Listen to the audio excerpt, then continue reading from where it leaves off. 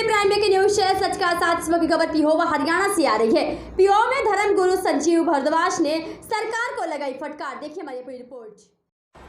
सड़कों पर घूम रहे पशुओं को लेकर धर्मगुरु ने सरकार के प्रति रोष जाहिर किया और चेतावनी दी है कि अगर सरकार के गायों, नंदी, बैलों और अन्य पशुओं के लिए खाने पीने की व्यवस्था के लिए आरक्षित भूमि को जल्द खाली नहीं कराया गया तो वह दिन दूर नहीं कि हरियाणा की बीजेपी सरकार का नामो निशान मिट जाएगा।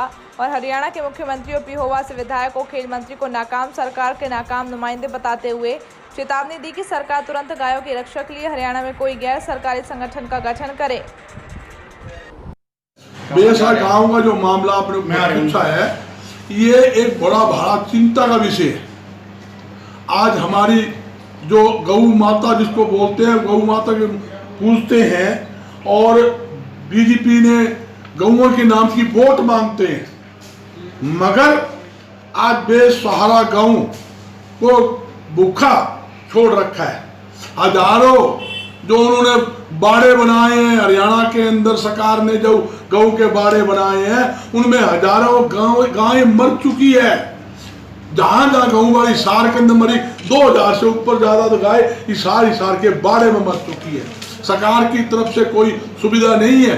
दिल्ली सरकार गौ की रख रखाव के लिए गौशालाओं को 50 रुपए प्रति गौ दिल्ली सरकार दे रही है, 40 रुपए प्रति गाय राजस्थान सरकार दे रही है। मेरी हरियाणा सरकार से मांग है गौशाला को कम से कम 40 रुपए प्रति गाय रख रखाव के लिए, उनकी अच्छी सेवा के लिए दे, ताकि मैं दावे के साथ कहता हूं सरकार 40 रुपए देना शुरू कर दे।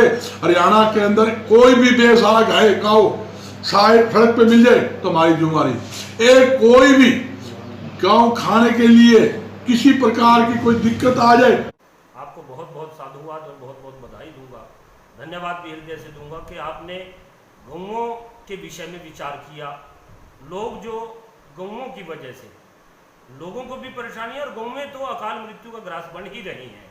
हरियाणा प्रदेश में जहां वर्तमान समय में भाजपा पार्टी की सरकार है, वो सरकार जो गौओं के नाम पे ही वोट मांग करके राजनीति जिसने की हो, वहां भाजपा की सरकार होते हुए गौओं की जो दुर्दशा है, इस समय में आपके चैनल द्वारा गौओं के संरक्षण के लिए, गौओं के संवर्धन के लिए और जनमानस की समस्या को उठाने का जो बीड़ा आपने उठाया, इसके लिए आपको सर्वप्रथम तो बहुत बहुत साधुवाद, बहुत बहुत बधाई और बहुत बहुत आपका धन्यवाद। देखिए एंकर साहब, आपने क्वेश्चन किया कि गौओं के विषय में क्या कहूँ।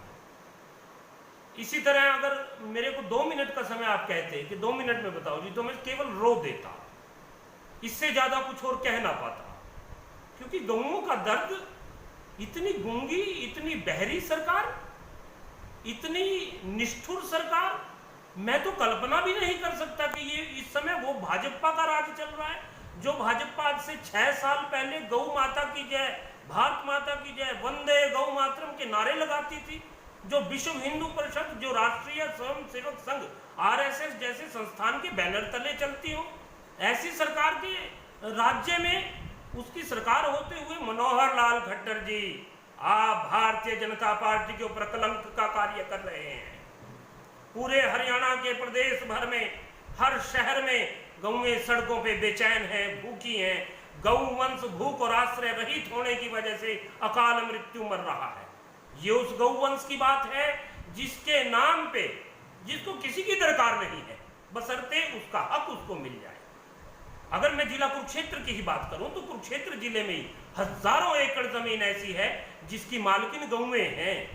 गौचरान उसको कहते हैं, गौचर भूमि उसको कहते हैं, हमारी देसी भाषा में गौचरान उसको कह देते हैं, गोचर भूमि, जो गौओं के नाम पे लोगों द्वारा छोड़ी गई है। आज सरकार उसकी मालकिन बन करके बैठ गई है।